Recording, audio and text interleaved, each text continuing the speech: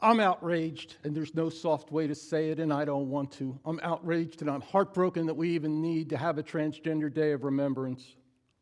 Each year we gather, we light candles, we listen to names, we whisper prayers, and we remind each other that the violence hasn't stopped. The bloodshed continues. The deafening silence of the world to the cruel fates of our fellow human beings is unforgivable.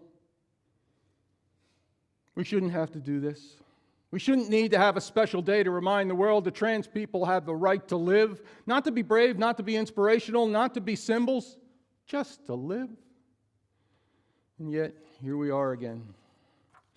As Transgender Awareness Week unfolds each November, I feel an all too familiar ache rise up, weighing on my soul. The week begins with messages of visibility and education and ends with remembrance, with mourning, and with the reading of names that shouldn't have to be read, names that belong to people, trans people who should still be laughing and arguing and making grocery lists and complaining how early the sun sets. Once again this year, I looked at the list of trans people murdered across the world and I couldn't breathe. The cruelty is staggering. The many were so young, so many were people of color, so many were simply trying to exist. And then I thought of the ones that didn't die by another's hand, but by their own. Driven to despair by rejection, bullying, legislative and religious hatred, and the endless weight of being told their very existence is up for debate. I'm outraged that this has continued. I'm outraged that laws are being written right now that make it harder for trans people to get health care, to use a restroom safely, to play sports, to read books about themselves, or even to have their names spoken with respect in a classroom. This is carnage by another name, murder by policy, by ignorance, by apathy. And yet, as much as I'm furious about what's happening to trans people, I also know that outrage alone is not enough. Because outrage can burn hot and fast and then leave us exhausted. Outrage can divide us into camps, each fighting for our own little corner of justice, while the larger vision, a vision of our shared humanity, gets lost in the noise. And that's what I want to talk about this morning. Yes, today is about transgender remembrance and awareness, but it's also about something larger, something that might sound simple, but it isn't: human rights. Because I've started to realize something uncomfortable. When we talk about trans rights or gay rights or women's rights or immigrants' rights or disability rights, we often speak of these as separate things, separate battles to be separate stakes. And while it's true that each group faces distinct forms of oppression, the more profound truth is that all these struggles are interconnected. They all rise or fall together. When we say trans rights, what we're really saying is human rights. When we say Black Lives Matter, what we're really saying is human lives matter. When we rise to defend a woman's right or queer rights or the rights of undocumented people, we are defending the same sacred truth, that no one should be treated less than human. And yet we keep slicing humanity into categories. We keep building walls around compassion as if there's only so much to go around.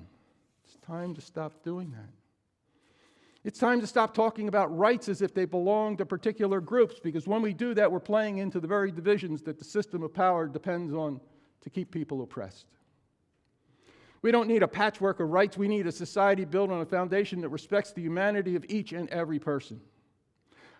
I think of that as engendering humanity.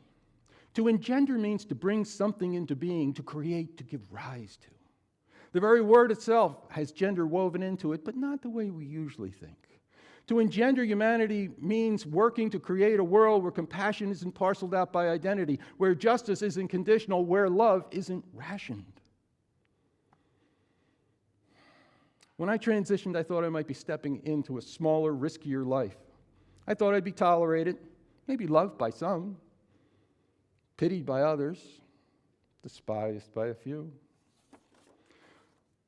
But what I wasn't expecting was that transitioning would open me up to a more profound sense of connection with all kinds of people. Because when you step outside of society's neat boxes, when you cross those artificial lines, you start to see how fragile and absurd those boundaries really are. You begin to see how so many people are trapped by them. You see the woman who's told that she's too emotional to lead, man who's told that he can't cry, an immigrant who's told that she has no right to dignity. The child who's told their questions about their self-identity are wrong, even to be asked. And so you realize the same fear that kills trans people also imprisons everyone else. It just wears different clothes. And that's why I'm tired of fighting for trans rights as if it's a separate battle to be fought. Because if we only fight for the rights of people who look like us, love like us, or live like us, then we don't understand the meaning of justice. Justice is not a personal brand, it's not an identity badge, it's a shared responsibility. And that's where Unitarian Universalism gives me hope. Our faith doesn't tell us what to believe, it tells us how to live. It asks us to affirm the worth and dignity of every person. It calls us to seek truth and meaning together. It reminds us that we are part of an interdependent web, and that when one thread is cut, the whole web trembles from the trauma. And that's why this community matters, because here we practice what it means to be human together. The illumination of one's true gender is often accompanied by moments of exciting, terrifying, and satisfying adventures and wonderment. Adventure stories, I have so many of those. I could tell you about my first walk outside dressed as Diane while living up in Lancaster in 1970. I was feeling pretty confident as I walked around the square in downtown Lancaster. It wasn't until a policeman popped out of an alcove and said, "Good evening." My heart raced as I squeaked out, "Ooh, good evening, officer," and then quickly scurried back to my safety of my apartment. Yeah, exciting. Or perhaps I could tell you the story of the first time that I flew pretty. I was on a combination business and pleasure trip down in Florida. I had been getting more and more comfortable being Diane, and I thought that I'd push the envelope a little bit. So while I was packing, I only took enough guy clothes for the days I was working and only women's clothes for my vacation time and my trip back. I had a delightful and thankfully uneventful several days in Daytona Beach dressed as Diane. So I was feeling pretty confident as my return date approached.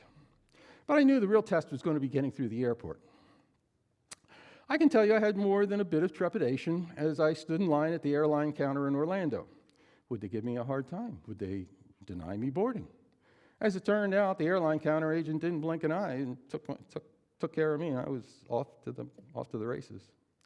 Then off to see the friendly TSA people. That's where I had some real worries about having problems since they are more focused on identity. Happily, the woman officer looked at my ID and my ticket, and then me a couple of times, and then gave me a big smile, feminized my guy name, and told me to have a pleasant flight. So I certainly did, feeling pretty happy with myself. Of course, there's plenty more stories, but I need to move on so that you can get to the snacks. I should say this, unlike most trans people, for a variety of reasons and a healthy dose of luck, I have never had a bad experience in all the years I've been out in public.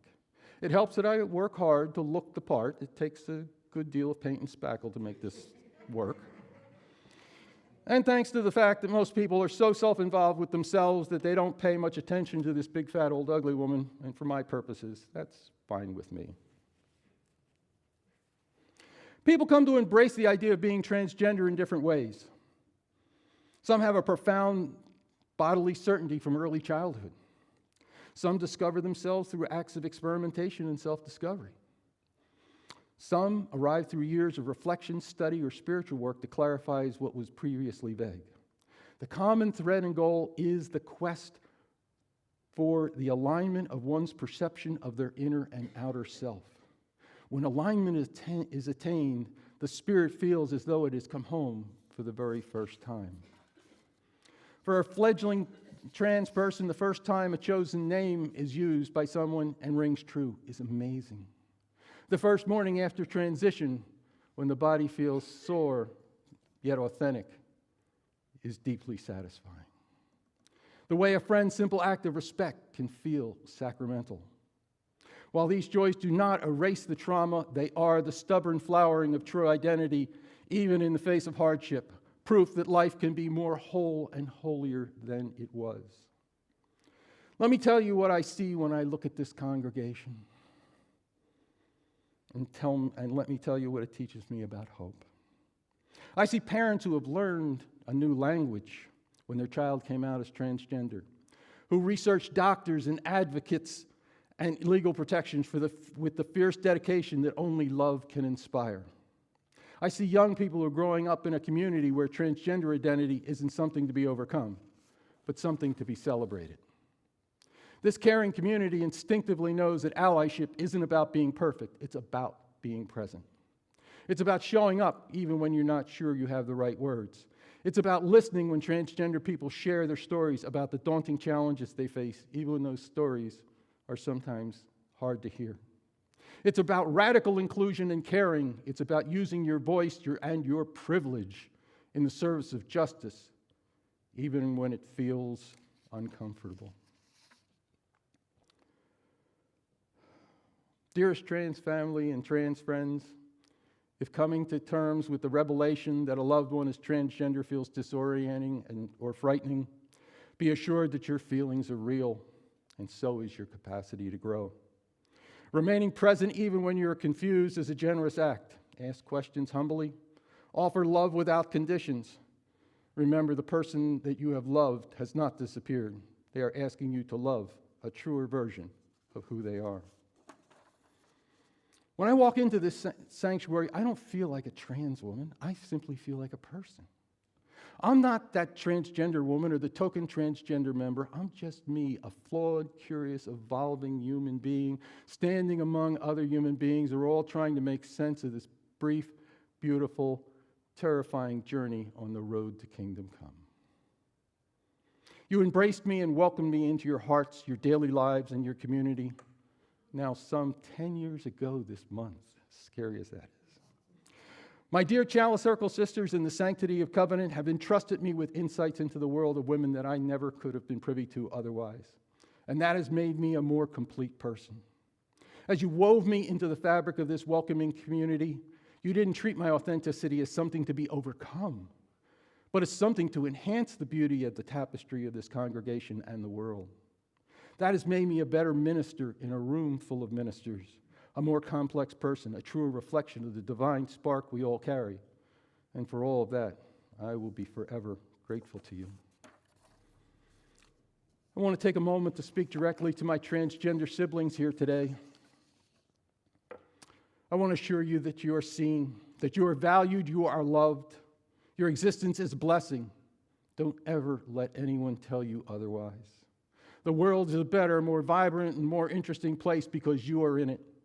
The journey of self-discovery of one's authentic self is a daunting one, but one that will make you a more complete and complex person. So where does this all leave us?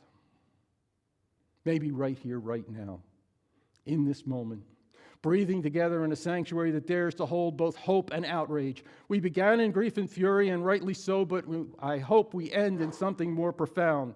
That transformation is not just possible, but essential. Because to engender humanity is to remember that every one of us is still becoming, still learning how to love a little more fully, how to listen a little more deeply, how to widen the circle a little wider. It is the daily imperfect practice of choosing empathy over indifference, curiosity over fear, courage over silence. The Transgender Day of Remembrance calls us to mourn, yes, but it also calls us to build.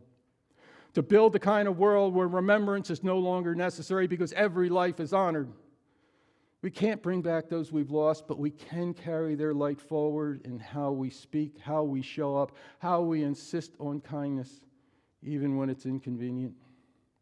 So may we leave may we leave this place, not just remembering their names, but living as though their dreams are still possible, still unfolding through us. So I'll end with this. May our hearts stay open even when it hurts. May our voices stay loud even when we're tired. Let us go forth not in despair, but in defiant hope, determined to engender a humanity wide enough for all.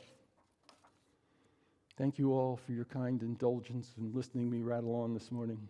I love you all and hold you in my heart. Blessings. Go ahead. Changing. Who I was yesterday is gone. Embrace who I am today.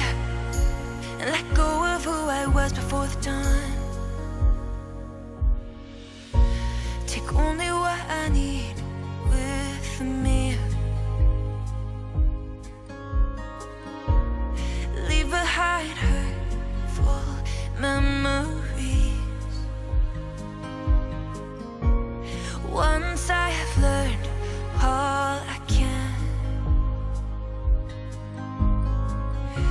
can't keep carrying my pain with me. Every moment, every day, I'm always deciding how I want to live, who I want to be. I'm always changing. Who I was yesterday is gone. Embrace who I am today and let go of who I was before the dawn. I'm always changing.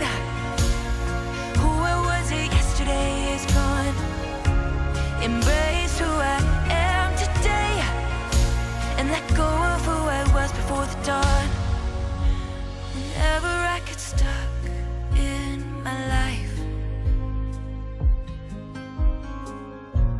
I ask what I could do right now instead of why. I can't let my fears define my journey, and I gotta forgive myself for when I don't feel worthy. Every moment, every day, I'm always deciding how I want to live, who I want to be. I'm always changing. Who I was yesterday is gone. Embrace who I am today and let go of who I was before the dawn. I'm always changing. Who I was yesterday is gone. Embrace who I am today and let go of who I was before the dawn. I don't know what tomorrow will bring, how many years I'm living. All I know is I have today to enjoy the love all around me. I'm always changing. Who I was yesterday is gone. Embrace who I am today and let go of who I was before the dawn. I'm always changing. Who I was yesterday is gone. Embrace who I am today and let go of who I was before the dawn. I'm always changing. Who I was yesterday is gone. Embrace who